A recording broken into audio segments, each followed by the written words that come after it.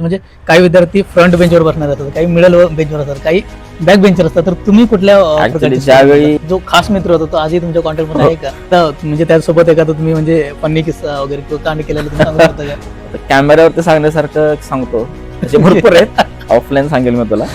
Ball मारल्यानंतर बऱ्यापैकी सारखा त्यांच्या घरावर जायचं. घरावर जायचं. ओके. धाड धाड आवाज येणार की आम्ही सगळं स्टंप वगैरे घेऊन पळत जाणार, गायब होणार. तो त्याचं डोकं असं आवली टाईप माणूस आहे. हा.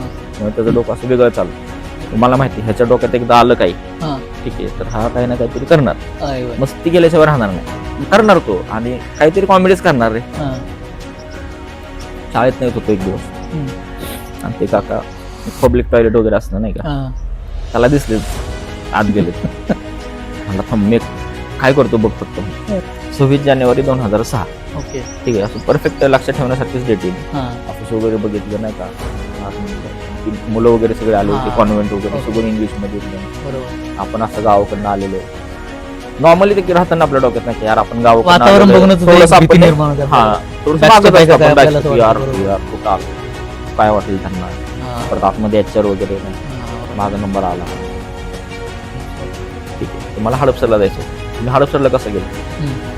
मी स्टेशनवरून स्वारगेटला गेलो. मला स्वारगेट माहिती होतं. हा. स्वारगेटवरून हडपसरला आलो. मला माहिती नव्हतं की स्टेशनवरून हडपसरला पण जाऊ शकतो. हा हे हा ओके, हा टिकू शकतो, हा नाही टिकू शकत आहे, हा खोटं बोलतोय.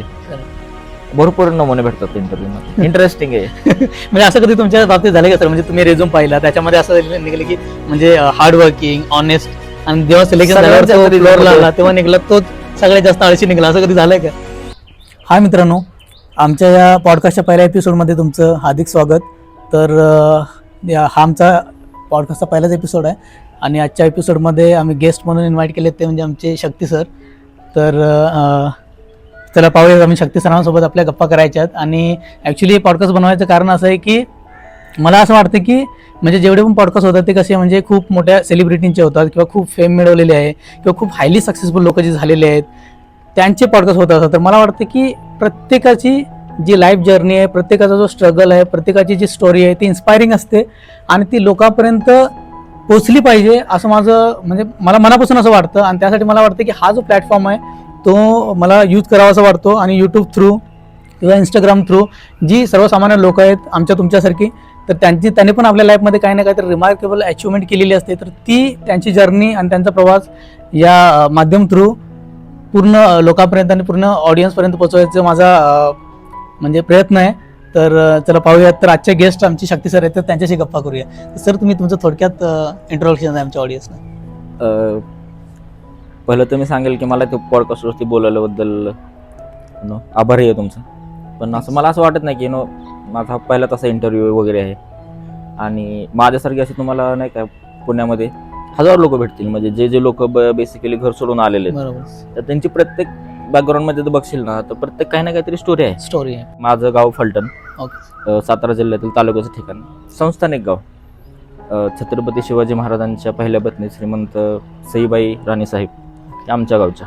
ओके. ठीक आहे, म्हणजे संभाजी महाराजांच्या मामाचं गाव, म्हणजे ऐतिहासिक छत्रपती शिवाजी महाराजांची सासरवाड, ओके. असं हे गाव. अभिमानाने सांगतो कारण आहे विषय तसा. हा सर, कारण ते ऐतिहासिक राईट. ठिकाणी आणि संस्थानकालीन गाव आहे. करेक्ट. फलटणमध्ये बऱ्याच गोष्टी आहेत, त्याच्यावरती एक सेपरेट पॉडकास्ट होईल. हा. ठीक आहे. महानुभाव पंतांची, काशीम श्री चक्रधर स्वामी महाराजांची त्यांनी महानुभाव पंतांचं नाही का फलटणमध्ये सुरुवात केली, त्यांनी स्थापना केली. असं म्हणजे बरीच हिस्टॉरिकल पार्श्वभूमी आहे त्याला. तर त्या गावातून मी बिलॉंग करतो. साधारण पुण्यात आलेलं जवळजवळ मला 17-18 वर्ष झाले. पुण्यात. ओके. हां, पुण्यात पुण्यात आल्यापासून. येऊन आफ्टर ग्रॅज्युएशन माझं शिक्षण, शालेय शिक्षण वगैरे सगळं फलटणमध्येच झालं. म्हणजे प्राथमिक, माध्यमिक आणि कॉलेज वगैरे. ठीक आहे. तर तुमची शाळेमध्ये जेव्हा तुम्ही ऍडमिशन घेतलं तुमची शाळा मराठी मीडियमची होती का म्हणजे English Marathi medium. Marathi medium जिल्हा ऍक्च्युली परिषद? काय झालं, आमच्या इथे इंग्लिश मीडियम होतं. मी ज्यावेळी आपण म्हणतो ना छोटा गट मोठा गट हां. असं असायचं पहिलं त्यावेळी. Okay. सारखं असं ते नर्सरी वगैरे नव्हतं. हां. पण त्यावेळी इंग्लिश मीडियम नवीनच चालू झालं होतं फलटणमध्ये. त्यावेळी ना माझं प्री प्रायमरी म्हणू शकतो हां. ते 1-2 वर्ष मला वाटते, 1 वर्ष इंग्लिश मीडियममध्ये झालं होतं. ठीक आहे. त्याच्यानंतर मग ते इंग्लिश मीडियम काही कारणास्तव बंद झालं असेल. नंतर मग पूर्ण शिक्षण मराठी मीडियममध्ये आणि ग्रॅज्युएशनला मग माझा इंग्लिश लिटरेचर होता स्पेशल. ओके. तुम्ही जेव्हा शाळेमध्ये होता सर तर कसं असतं म्हणजे प्रत्येक विद्यार्थी म्हणजे काही विद्यार्थी फ्रंट बेंचवर बसणार असतात, काही मिडल बेंचवर असतात, काही बॅक बेंचवर असतात. तर तुम्ही कुठल्या ऍक्च्युली प्रकारचे ज्यावेळी आता सपोज आमचा जो काळ होता तो 90चा काळ होता, म्हणजे त्यावेळी असं काही संकल्पना नव्हती ना का front bench, middle bench, okay. Back bench, जिकडे जागा भेटली तिकडे बसायचो आम्ही. जी जागा खाली आहे ती तुमची जागा जी जागा खाली असेल, जो बेंच खाली असेल तो आपली जागा असं होतं. त्याच्यामुळे हे फ्रंट बेंच वगैरे हे संकल्पना सध्या recent आलेली आहे. हा. आमच्या वेळी तसं नव्हतं, सगळे ओके ज्याला जिकडे जागा भेटेल तसं. नॉर्मली कसं हाईट वरती असायचं शक्यतो. ओके. ज्यांची कमी हाईट ज्यांची कमी हाईट आहे ते पुढे असणार, ज्यांची जास्त हाईट आहे ते मागे असणार. म्हणजे असं काय नव्हतं की हा जास्त हुशार आहे किंवा तो विषय नव्हता त्यावेळी. ओके. म्हणजे आता जसं कॉम्पिटिशन आहे तसं त्यावेळी नॉर्मल असायचं. मग तुमच्या शाळेतला म्हणजे तुमचा एखादा म्हणजे जो खास मित्र होता तो आजही तुमच्या कॉन्टॅक्ट मध्ये आहे का? आहे की माझं बालपणीचे मित्र भरपूर आहेत, सगळे संपर्कात आहेत. ठीक आहे. मग एखादा म्हणजे त्यासोबत एखादा तुम्ही म्हणजे फनी किस्सा वगैरे किंवा कांड केलेला तुम्ही सांगू शकता का? आता कॅमेऱ्यावरती सांगण्यासारखं सांगतो, तसे भरपूर आहेत. ऑफलाईन सांगेल मी तुला. ओके. कॅमेऱ्यावरती सांगण्यासारखं आहे. अजित म्हणून माझा लहानपणीचा मित्र आहे, म्हणजे एकदम आपण म्हणू शकतो अजित साळुंके म्हणून. लंगोटी यार, म्हणजे एकदम जेव्हापासून एकदम खास, म्हणजे एकदम लहानाचे मोठे आम्ही बरोबरच झालो. आमच्या जवळच राहिला होता आणि फुल दंगा केलेला आम्ही लहानपणी. त्यातला एक साधारण किस्सा सांगतो तुला. क्रिकेट खेळायचो पहिला आम्ही, आणि आमचं ग्राउंड जिथं होतं ना, जवळच ग्राउंड होतं, पण आणि त्याच्या शेजारी घर होतं. ठीक आहे. बॉल मारल्यानंतर बऱ्यापैकी सारखा त्यांच्या घरावर जायचं. ओके. धाड आवाज येणार की आम्ही सगळं स्टंप वगैरे घेऊन पळत जाणार, गायब होणार. मग एक दिवस काय झालं, बॉल मारला आणि दरवाजा उघड होता त्यांचा, घरात बॉल गेला. अरे. घरात बॉल गेल्यानंतर आवाज आला आम्हाला सगळा, भांडी वगैरे पडली, हे झालं ते झालं, फुल काहीतरी आतमध्ये फुल दंगा झाला. आता काय करायचं, आम्ही पळून गेलो म्हणजे आम्ही घरी पण नाही गेलो, असंच कुठे लपून बसतो, म्हणजे दुसरीकडेच कुठेतरी जाणार नाही का, दुसरंच कोणीतरी असेल असं गेलो. आणि नंतर मग 2-3 दिवस काय आम्ही क्रिकेट खेळलोच नाही ग्राउंडवरती आमचं. 3 दिवसानंतर कळालं की त्यांच्या घरी पाहुणे वगैरे येणार होते. ठीक आहे. त्यांनी स्वयंपाक वगैरे सगळं करून ठेवला होता, पण आमचा बॉल गेला, मग त्यांच्या घरात सगळा दंगा झाला. अरे भाई, त्यांच्या पूर्ण स्वयंपाकमध्ये पूर्ण सगळं हे झालं. त्यामुळे नंतर कळालं, नंतर मग झालं जे रिॲक्शन जे व्हायचे होते ते भेटले आम्हाला सगळ्यांना, प्रत्येकाच्या घरात काय व्हायचं ते. पण हा, म्हणजे भरपूर किस्से आहेत असे. बरोबर. त्याचं डोकं कसं थोडस, त्याचं डोकं असं आवली टाईप माणूस आहे तो, त्याचं डोकं असं वेगळं चालतं. एकदा सायकल चालवत असताना काय झालं होतं, शेजारच्या गल्लीतले कुठले तरी एक थोडेसे वयस्कर माणूस होते आणि सायकल धडकवली त्यांना, म्हणजे शिकत होतो आम्ही, त्याचा ब्रेक लागलं नाही आणि धडकवली. म्हणजे असे मेजर काय ऍक्सिडेंट वगैरे झालं नाही, पडला तो तिथं. आणि ते जे चालले होते शेजारून ते त्याला बोलले बरेच, बाबा असं तसं तुझ्या मामांना वगैरे नाव सांगतो असं तसं. ह्याच्या डोक्यात बसलो माणूस तो, नाही. त्याने सांगितलं आपल्याला असं झालं ना, ह्याला काहीतरी करायचं. साधारण मी 6वी 5वी 6वीत असेल, 6वी 7वीत असेल. हा, मला माहिती ह्याच्या डोक्यात एकदा आलं काही, ठीक आहे, तर हा काही ना काहीतरी करणार. मस्ती केल्याशिवाय राहणार नाही, मस्ती करू स्वभाव, म्हणजे कधी कोणाचं काय करेल भरोसा नाही. रिव्हेंज काइंड ऑफ, म्हणजे एकदा आपलं झालं तर बदलायचं. त्याला माहिती आहे कारण असताना जर आपल्याला कोण बोललं ना की आपण काहीतरी 100% हा करणार तो, आणि काहीतरी कॉमेडीच करणार रे. आणि त्यावेळेला काय, आता हायस्कूलमध्ये असताना नाही का, शाळेत नाही होतो एक दिवस, आणि ते काका पब्लिक टॉयलेट वगैरे असतं नाही का, त्याला दिसले आत गेलेत. म्हणला थांब मी काय करतो बघ फक्त, म्हणलं नाही का. आणि जाऊन गेले त्यांनी आतमध्ये गेले. ह्याने काय केलं, बाहेर जी बकेट असते ना घेतली आणि वरती वरून पाणी ओतलं. चल म्हणलं पळ. पूर्ण भरपूर केस आहेत, आता सांगत नाही मी, पण आहेत. मस्त मित्र आहे तो माझा लहानपणीचा, आणि लहानपणीचे बरेच मित्र आहेत माझ्या असे अजून संपर्कात आहेत, म्हणजे आमच्या गल्लीतलेच आहेत सगळे मुलं. ओके. म्हणजे जेव्हा पण तुम्हाला टाइम भेटतो तुम्ही भेटतो आम्ही. हा, इव्हन माझा आमच्या हायस्कूलचा 10वी पर्यंतची मुलं होती ना, आम्ही आमचा व्हॉट्सअप ग्रुप पण आहे. आणि आम्ही काय करतो, प्रत्येक दिवाळीला वगैरे आम्हाला जे हायस्कूलला जे टीचर्स होते ना, आम्ही भेटतो त्यांना जाऊन. दरवर्षी ऍक्टिव्हिटी असते दिवाळीमध्ये, आम्ही जेवढे शक्य होईल तेवढे त्यांच्याशी कनेक्ट करतो आणि भेटतो. मग जेव्हा तुम्ही आता गावाकडे होता, गावाकडचं शिक्षण वगैरे झालं, जेव्हा तुम्ही पुण्यामध्ये आला तेव्हा पुण्यामध्ये आल्यानंतर नक्की तुम्ही नोकरीच्या शोधात होता, नोकरीसाठी चालू होतं वगैरे इकडे तिकडे इंटरव्ह्यू साठी वगैरे तुम्ही अटेंड केला असेल. मग तुम्हाला असं कधी म्हणजे झालं का इंटरव्ह्यू वगैरे तुम्ही फेल झाला किंवा रिजेक्शन वगैरे? अरे भरपूर हा. भरपूर म्हणजे ऍक्च्युली तुला सांगायचं तर ज्यावेळेला मी माझं गाव सोडलं होतं 26 जानेवारी 2006. ओके. ठीक आहे, असं परफेक्ट लक्षात ठेवण्यासारखीच डेट आहे ती. हा. ते सोडल्या त्याच्यानंतर मग नाही का पेपरमध्ये टाइम्स ऑफ इंडिया वगैरे मध्ये नाही का ऍड असायचे, असं कॉल सेंटर वगैरे काहीतरी संकल्पना Okay. निघालेली हा. पुण्यात, ओके. बॅक ऑफिस वगैरे असतं. त्यावेळेला असं एवढं माहिती नव्हतं. इंटरनेट वगैरे आत्ताचं जसं एवडा अगोदर smartphone, नव्हतं, हा, बरोबर. असं काही न्यूजपेपरवरच काही जे काय हा कळायचं. जे काय असेल ते न्यूजपेपर मध्ये. मग म्हटलं नाही का आता आपलं ग्रॅज्युएशन तर झालेलं आहे, बरोबर. पोस्ट ग्रॅज्युएशन चालू होतं. आणि त्याच वेळेला माझा एक मित्र होता मंगेश म्हणून, तो पुण्यात आला होता. आणि मग त्याने सांगितलं असं असं आहे. मग एक दिवस असंच आलो पुण्यात, म्हणजे बॅकग्राऊंड काय माहिती नव्हतं नाही का. हम्म. मग 2-3 ॲड्रेस होते माझ्याकडे. मग त्याला म्हटलं, त्याला थोडेफार माहिती होते पुण्यातली. त्याच्या अगोदर मी पुण्यात काय संबंध नव्हता याचा. ओके, तुम्ही पहिल्यांदाच आला होता? पहिल्यांदाच आलो होतो पुण्यात. हा. मग त्याने सांगितलं नाही का, मी सांगतो म्हटलं तुला, तू ये आपण बघू. मग आलो पुण्यात, स्वारगेटला उतरलो. स्वारगेटकडनं मग त्याच्या बँकेपर्यंत गेलो. स्वारगेटच्या जवळपासच ती बँक बघली, एक्झिम बँक म्हणून, इम्पोर्ट एक्सपोर्ट बँक. ओके. तो जॉब करत होता. हा, म्हणजे इनिशियल जॉब त्याचा तिकडे होता. मग आलो, त्याने सांगितलं अशाशी बस स्वारगेटला जा, इथून स्वारगेटला जा, स्वारगेटकडनं मग डेक्कनकडं, हा डेक्कनकडं तिकडे कुठेतरी गेलो होतो मी. तो माझा पहिला इंटरव्ह्यू पुण्यातला. मग ठीक आहे, मग तिथे गेलो, ते ऑफिस वगैरे बघितलं नाही का, यार म्हटलं. आणि ती मुलं वगैरे सगळे आले होते, कॉन्व्हेंट वगैरे, ओके. सगळं इंग्लिशमध्ये एकदम. बरोबर. आपण असं गावाकडनं आलेलो. नॉर्मली ते राहताना आपल्या डोक्यात नाही की यार आपण गावाकडनं वातावरण आलेलो. बघूनच थोडंसं भीती आपण- निर्माण होते हा, आपल्याला. थोडंसं Backstep मागत आहे का असतो काय आपण, आपल्याला backstep, असं वाटतं, यार बरोबर. यार कुठं आलोय, काय वाटेल त्यांना. हा. परत आतमध्ये एचआर वगैरे नाही का. हा, बरोबर. माझा नंबर आला. ग्रॅज्युएशन इंग्लिशमध्ये असल्यामुळे थोडंफार होतं इंग्लिश, म्हणजे एवढं काय भारी नाही, पण जेमतेम होतं. थोडं ॲव्हरेज. म्हणजे असं नॉर्मली आमच्याकडे इंग्लिश पण मराठीतनं शिकवलं जायचं. ठीक आहे, गावाकडे बरोबर आहे. आणि मराठी मीडियमचे स्टुडंट असल्यामुळे ते मराठी मीडियमचे स्टुडंट असल्यामुळे तेवढी फ्लुएन्सी नसते आपली कम्युनिकेशन बरोबर. त्यावेळी. गेलो आतमध्ये, इंटरव्ह्यूला बसलो. त्यांनी विचारलं, तुझ्याबद्दलची माहिती सांग, tell me something about your self वगैरे. ओके. आणि मग सांगितलं वगैरे. नंतर मग त्यांनी विचारलं काय हॉबीज वगैरे नाही का, नॉर्मल क्वेश्चन जे आपण असतं ते सांगितलं. आणि नंतर एक काहीतरी क्वेश्चन विचारलं त्यांनी, पूर्ण बाउन्सर. मला कळलंच नाही हे ह्यांना, म्हणजे सगळंच नवीन होतं ते. ओके. अजून मला माहिती नाही की त्याने मला क्वेश्चन काय विचारला होता. ओके. ते झालं. मग असे तो पहिला एक्सपिरियन्स होता. त्याच्यानंतर मग भरपूर सारे इंटरव्ह्यूज दिले नाही का, असं बघायचो जायचो. एका दिवशी मी बऱ्यापैकी 5 ते 6 दिले होते आल्यानंतर पुण्यात. एका दिवसासाठी आलो होतो.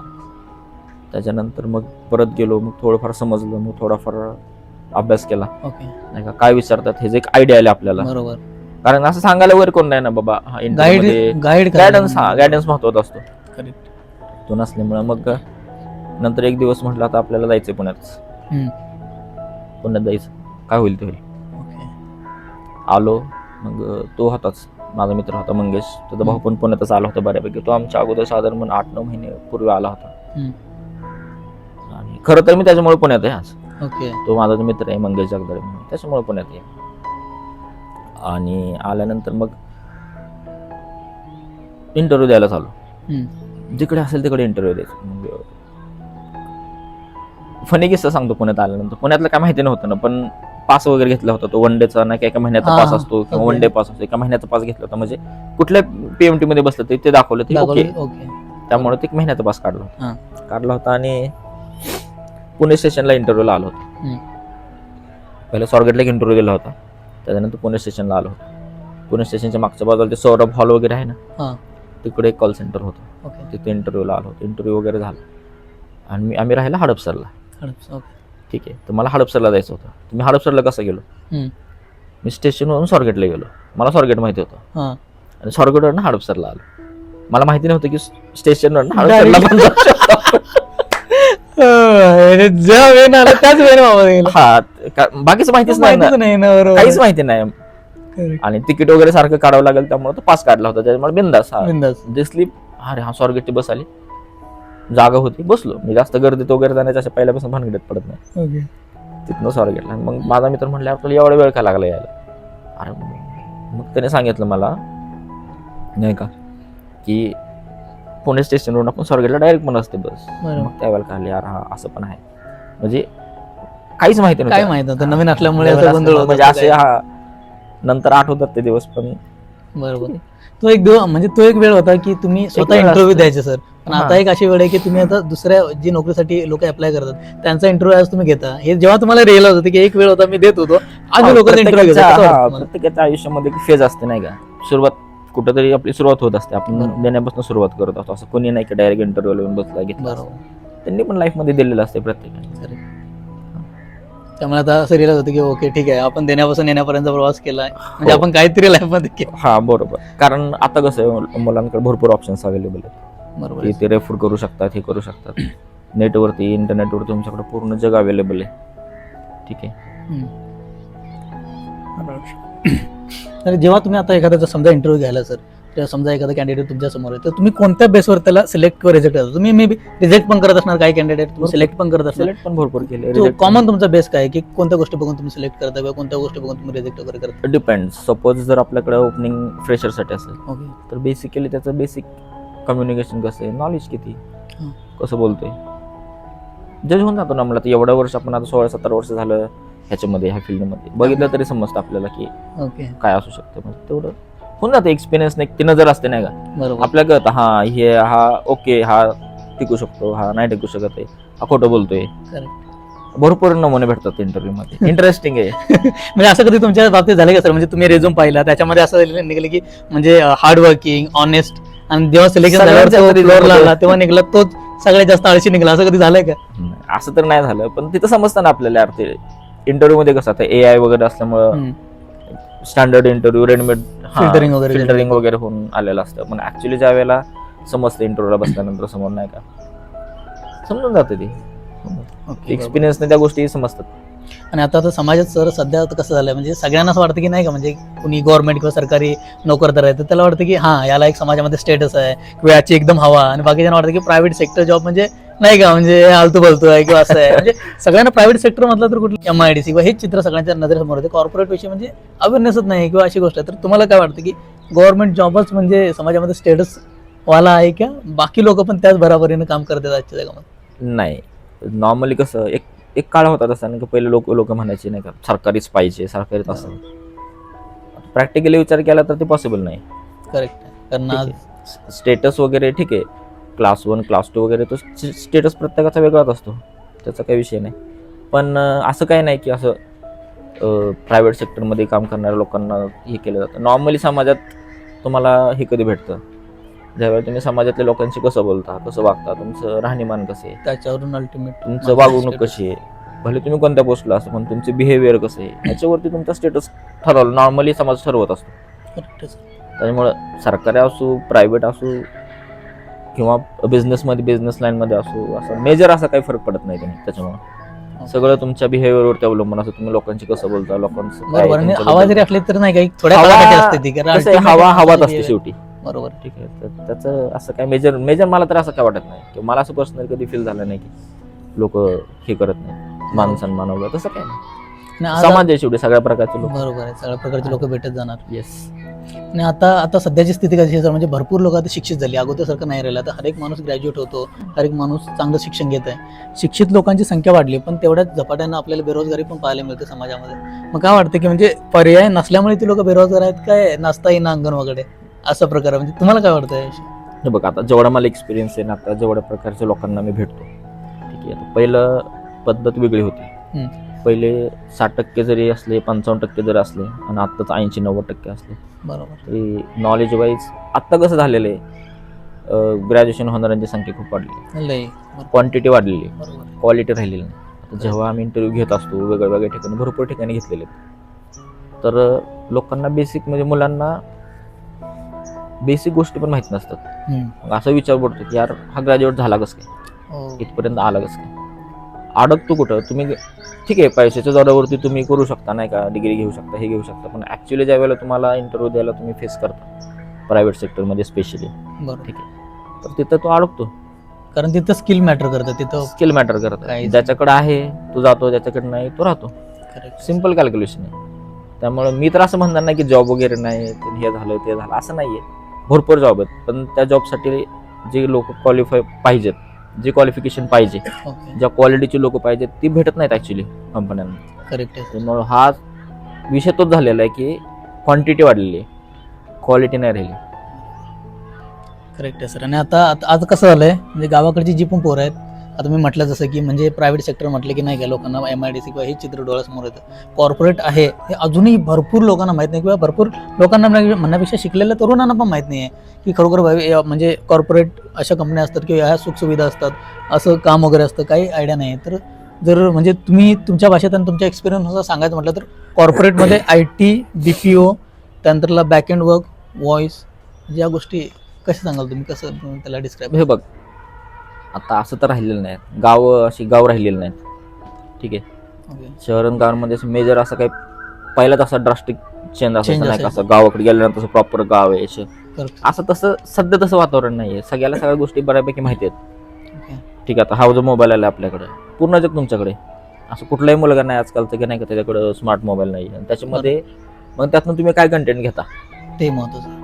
ते महत्वाचं आहे. आत्ता सध्या प्रत्येक गोष्टी अवेलेबल आहेत मोबाईलवर, पण त्या मोबाईलचा यूज कसा करतोय, कोण जसं यूज करते करेक्ट. ते डिपेंड्स. कशासाठी आपण यूज करतोय, स्वतःच्या फायद्यासाठी 100% करून घेत असेल तर तो जातो पुढं, बरोबर. जे नाही करत ते राहतात. सिम्पल आहे, जसं जी वस्तू तुम्ही जशी वापरता तेच आहे.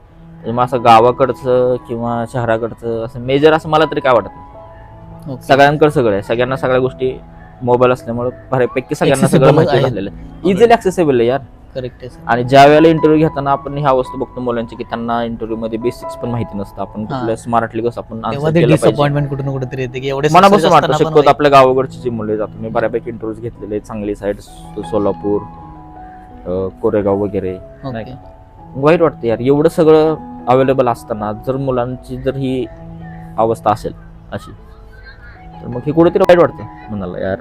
बरोबर. म्हणजे एवढं सगळं तुमच्याकडे फॅसिलिटीज अवेलेबल असताना जर तुम्ही त्या गोष्टीचा व्यवस्थित यूज नाही केला, तर काय फायदा? आज काय मोबाईलवरती नाही सांग, बरोबर. AI तुमचा इंटरव्ह्यू घेतं, युट्यूबर्स एवढे आहेत, एवढे चॅनल्स आहेत अवेलेबल की तुम्हाला कोणता इंटरव्ह्यू कसा द्यायचा ते सांगितलं जातं. बरोबर. करेक्ट. इंटरव्ह्यू देताना कसं बसायचं, इथून पासून इथून सगळं तुमच्या पुढे सगळ्या सुविधा आहेत. त्यातलं जर काहीच नसेल, ठीक आहे, तर मग हे कुठेतरी आपलं फेल्युअरच आहे आजकालच्या पिढीचं आपलं, करेक्ट आहे. म्हणू शकतो आपण. एक तो एक अँगल आहे, जे करतात ते जातात नो डाऊट, जे करत नाहीत त्यांना मागच राहावं लागतं. बरोबर आहे सर. मोबाईलचं एक आहे, आपण एक तर आपण मोबाईल यूज करतो, नाहीतर मोबाईल आपल्याला यूज करतो. येस, ही गोष्ट काय आहे, घ्यायचं, बरोबर. ठीक आहे, तरुणाई हे सगळ्या गोष्टी प्रत्येक फेज मधनं सगळेजण जातो, पण शेवटी लाईफ मध्ये कुठेतरी सेट व्हायचंच असतं ना. करेक्ट. मित्र आहेत राहणार, ठीक आहे, प्रत्येक लेवलचे असतात, शाळेतले असतात, कॉलेजचे असतात, प्रोफेशनल लाईफ मधले असतात, ते तुम्हाला भेटत जातात. हे चालूच राहतं, लाईफ ऑनगोईंग आहे, असं थांबत नाही कोणासाठी. करेक्ट आहे. वेळ थांबत नाही कोणासाठी. त्या वेळेचा जर थोड्यासाठी 1 तास जर स्वतःसाठी दिला तर त्याचा प्रचंड फायदा होऊ शकतो पुढे. बरोबर आहे. मला तर आजच्या पिढीला हेच सांगायचं, म्हणजे मी काय जास्त हे नाहीये, मला जेवढं समजलं तर ह्याच गोष्टी. बरोबर. मग गावाकडची मला असं वाटतं की म्हणजे मी जेवढे पाहिले मुलं वगैरे सर गावाकडची मुलं मेहनती असतात, ते प्रामाणिक पण आहेत, पण कुठं ना कुठेतरी त्यांच्या मनामध्ये इंग्रजीची भीती ही कायम राहिलेली आहे, म्हणजे त्यांच्या मनात घर करून राहिलेली आहे. तर इंग्रजीचं म्हणजे कॉर्पोरेट वर्ल्डमध्ये इंग्रजीचं महत्त्व कितपत आहे किंवा त्याचा रोल किती आहे, आणि जर ज्या मुलांचं कच्चं इंग्रजी आहे तर त्यांच्यासाठी तुम्ही काय टिप द्याल? हे बघ, आता ज्या बॅकग्राऊंड मधून मी आलोय, ठीक आहे, मला असं वाटतं मी जर करू शकतो तर कुणी करू शकतं. ओके. ठीक आहे, त्यामुळे असं काही नाही. आणि आज एवढ्या सोयी सुविधा असताना इंग्लिशला महत्व आहेच, नो डाऊट. करेक्ट आहे, कारण ते इंटरनॅशनल लँग्वेज आज कम्युनिकेशन. जुन्या काळात कोणीतरी म्हटलेलं आहे हे वाघिणीचं दूध वगैरे असं काहीतरी आहे, वाचनात आलं होतं. ओके. त्याशिवाय पर्याय नाही. तुम्हाला जर कॉर्पोरेटमध्ये जर राहायचं असेल किंवा इव्हन कुठे गेलास तरी इंग्लिश कंपल्सरी आहे. इंग्लिश तुम्हाला मिनिमम बेसिक लेवल तरी यायला पाहिजे, त्याशिवाय पर्याय नाही. कॉर्पोरेटमध्ये सक्सेस व्हायचं असेल तर इंग्लिश जास्त फ्लुएंट पणची पण गरज नाही, जेवढा मॅनेजेबल इंग्लिश आहे ना. मॅनेजेबल, तुम्हाला पुढचं काय बोलतो हे समजलं पाहिजे, रिस्पॉन्स करता आला पाहिजे.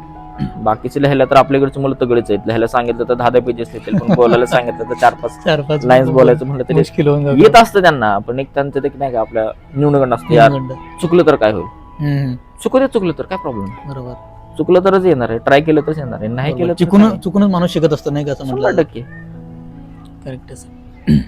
त्यानंतर आता म्हणजे आता बरीचशी लोक आहेत जी आता माझ्यासारखी नवीन जॉईन करतात लोक, त्यानंतरला 4-5 वर्ष वगैरे काम करतात, पण नंतर एक फेज येतो की एक असतं की एक असोसिएट म्हणून काम करणं असतं, की ऑपरेशन वर्क्स वगैरे करणं, एक असतं लिडरशिपचं काम करणं. तर एखाद्या माणसाला असोसिएट म्हणून लिडरशिपला यायला किंवा मॅनेजमेंट लेवलला यायला कोणत्या क्वालिटीज त्याच्यामध्ये असणं गरजेचं आहे असं तुम्हाला वाटतं, कारण तुम्ही ॲज अ लिडर म्हणून आता सध्या काम करता त्यामुळे? असं म्हणत असेल तर ह्या गोष्टी आपण एक्सपिरियन्सने शिकतो. ओके. आता पर्टिक्युलर गोष्ट तुमचं त्यातली स्पेशालिटी काय आहे, सपोज आता मी ज्या सेक्टरमध्ये काम करतो इन्शुरन्समध्ये, तर इन्शुरन्स तर तुम्हाला इन आउट सगळं माहिती असणं आवश्यक आहे. ओके. ठीक आहे.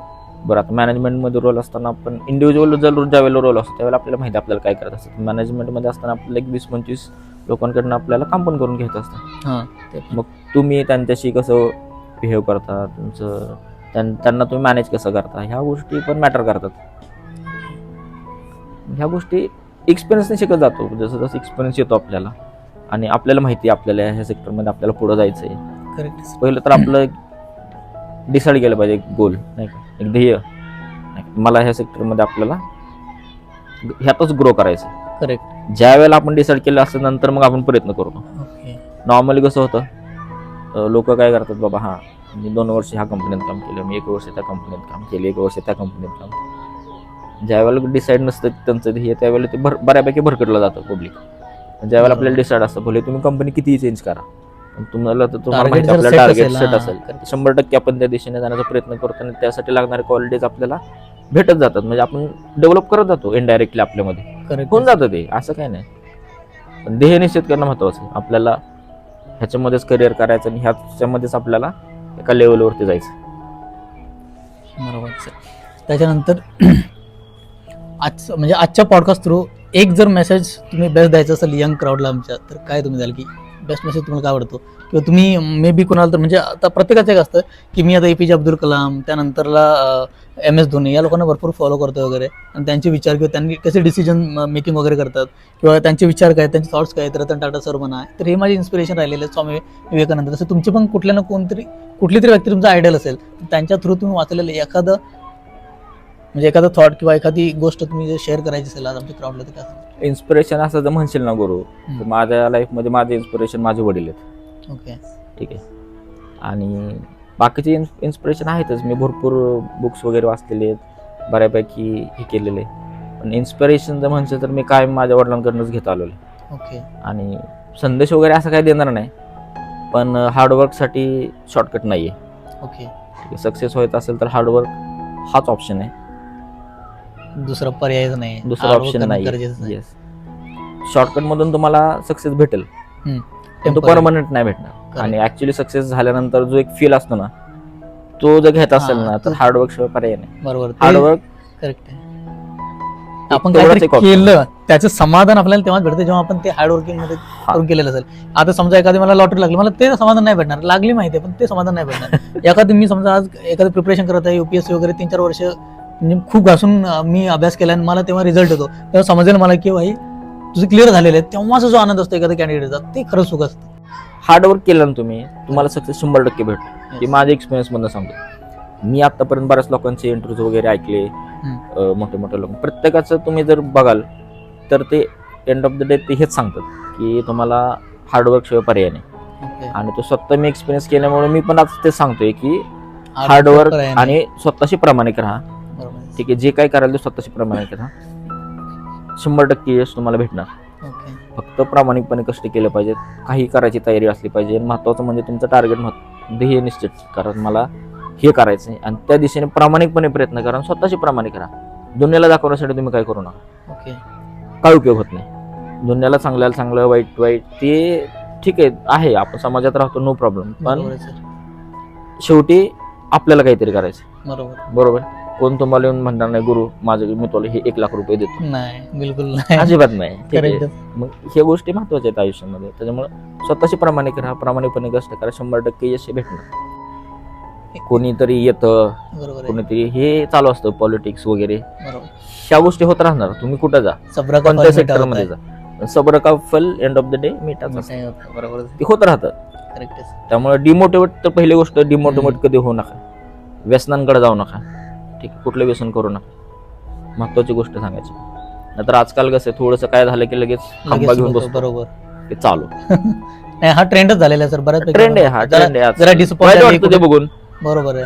मेंटली स्ट्रॉंग झालं पाहिजे आजकालच्या पिढीने, Correct. ते दिसत नाही. ते थोडंसं वाईट वाटतं, पण ठीक आहे, part and parcel of life, ongoing आहे हे, प्रत्येक पिढीमध्ये हे झालेलं असतं. Correct. त्याच्यामुळे असं काय म्हणू शकत, आमच्या वेळेला म्हणायचं टीव्ही बघून बघून पिढी खराब खराब झाली. होत आहे, बरोबर. आजकाल म्हणतात मोबाईल बघून बरोबर, बघून खराब खराब होत झाले. आहे. त्याच्या अगोदर वेगळं होतं. म्हणजे प्रत्येक प्रत्येक तरुणाईला कसं काही ना आहे, काहीतरी आहे. तरुणाईला ह्या फेज मधून जायला लागतं. बरोबर. शेवटी जे चाललेलं आहे हे तरुणाईनेच केलेलं असतं. Correct आहे. त्याच्यामुळे तरुणाईला हे वाईट म्हणणारे लोक हे पण कधीतरी तरुणच होते. हा. त्यामुळे हे पहिल्यापासून चालत आलेले तरुणाईला नावं ठेवायची, तरुणाई बाद झाली, तरुणाई व्यसनाधीन झाली, पण हे ठीक आहे, part and parcel of life, हे चालत असतं, हे पुढेही चालूच राहणार. करेक्ट. तर आता एक आमचा रॅपिड फायर राऊंड आहे सर, ज्याच्यामध्ये मी तुम्हाला म्हणजे 1-2 ऑप्शन्स त्याच्यामध्ये असतील, तुम्ही एक चॉईस करायचा त्याच्यातला. ठीक आहे. चकली की लाडू? लाडू. गाव की शहर? शहर. विराट कोहली की MS Dhoni? Virat Kohli. Okay. Office की work from home? Office. Plan leave की unplanned leave? Plan leave. Appraisal की स्विच? अप्रेझल. तर हॅलो मित्रांनो, तर आमचा पॉडकास्ट आजचा हा पहिला एपिसोड होता आणि तो या ठिकाणी चांगली गप्पा केलेली आहे शक्ती सरांसोबत. आणि खूप खूप धन्यवाद शक्ती सर, तुम्ही तुमचा अनुभव आमच्या ऑडियन्सना आणि सांगितलं त्याने आमच्या या पॉडकास्टमध्ये आम्ही आमंत्रित केले आणि तुम्ही या ठिकाणी तुमची उपस्थिती दर्शवली, त्याबद्दल धन्यवाद. थँक्यू. Thank you guys. आणि तुमच्या चॅनल हा पहिला एपिसोड आहे आणि पॉडकास्ट विथ गुरुदास गुरव हा यूट्यूबवर चॅनल आहे, तर त्या चॅनलला तुम्ही जा आणि तिथे गेल्यानंतर हा जर तुम्हाला व्हिडिओ आवडला तर नक्की त्याला कमेंट करा आणि आम्हाला पण कळू द्या तुमची रिॲक्शन्स काय आहेत किंवा कसं तुम्हाला वाटला हा व्हिडिओ पाहिल्यानंतर. त्याला तुम्ही लाईक करा, शेअर करा आणि सबस्क्राईब करायला विसरू नका मित्रांनो. आणि माझा हाच प्रयत्न आहे की वेगवेगळी जी आपली सामान्य जनतेतली लोक आहेत ज्यांनी काहीतरी लाईफमध्ये केलेलं आहे आणि त्यांची जर्नी इंटरेस्टिंग आहे किंवा नॉलेजेबल आहे, ती काहीतरी शेअर करू शकतात आणि नव्या पिढीला आपल्या काहीतरी व्हॅल्यू ॲड त्यांच्या लाईफमध्ये करू शकतात. अशी खूप वेगवेगळे गेस्ट आणायची माझा प्रयत्न असेल, तर तुम्ही सबस्क्राईब करून ठेवा आणि स्टे ट्यून्ड. Thank you guys.